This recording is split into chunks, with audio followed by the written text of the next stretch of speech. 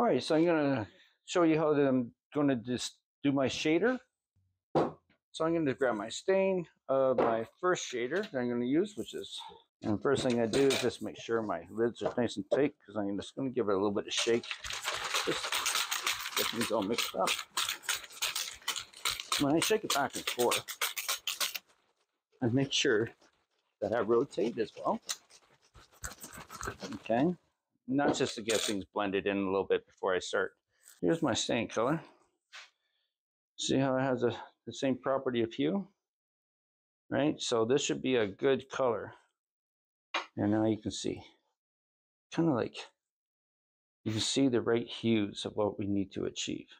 So that's how my color spectrum works in my head. Like when I look at other stains, I just see color, and what with the existing of the yellow and brown and the hue of red, you know, of what I need to spray on it to have it come into this color. And then the same process, when we get to this color, we're going to have it go into browner color. Okay, so there is a difference. Now, making this shader, not really rocket science, but all right.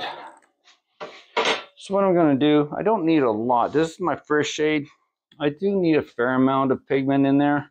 So I think it's pretty safe if I start with a ratio of 300 mil to 300 mil of a stain and lacquer thinner.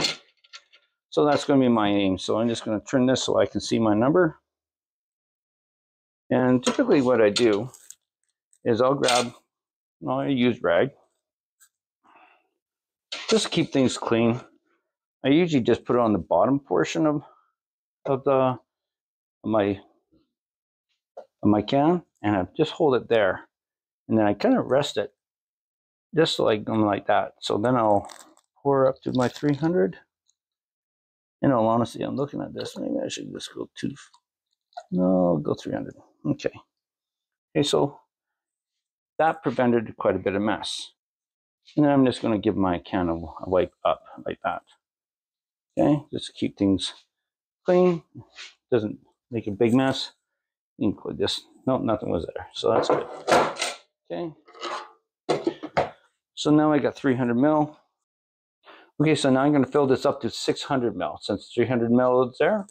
Now, that's the happy medium. If you want less passes, but higher risk of going too dark, okay? But you can achieve your color quicker. You can actually decrease the thinners and make it a little bit more solids in the sense of the stain. So the disbursement of pigment is a little bit more concentrated, okay? And then you can do the opposite end. You can go a little bit more translucent, a little bit more, take quite a few more passes to achieve the same color, but it's safer. But you got to watch how much you dilute it, because then you could be altering your color tone. Okay, so that there is a happy green zone that you have to play within, and you have to, through experience, you go within it. You manipulate your color to achieve the color that you want to. So yeah, I'm just going to keep on going here. Okay, rate to 600. That's a happy medium. And so that's my first color. Okay, and when I do it, I'm going to stir this up for a little bit. Okay, make sure that thinners is well mixed in. The pigments are getting equally dispersed. And that's going to be onto your stir stick. And I'm just going to go like this, and I'm going to go like that. Okay. And when I do this, you see the transparency already without even me doing anything to it. Okay, so that's a good sign. And then you can just go like this, just get an idea of what you're going to be putting on.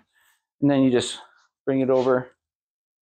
And yeah, we're bang on the color. I don't think I have to adjust this color whatsoever. I think we're going to be very happy.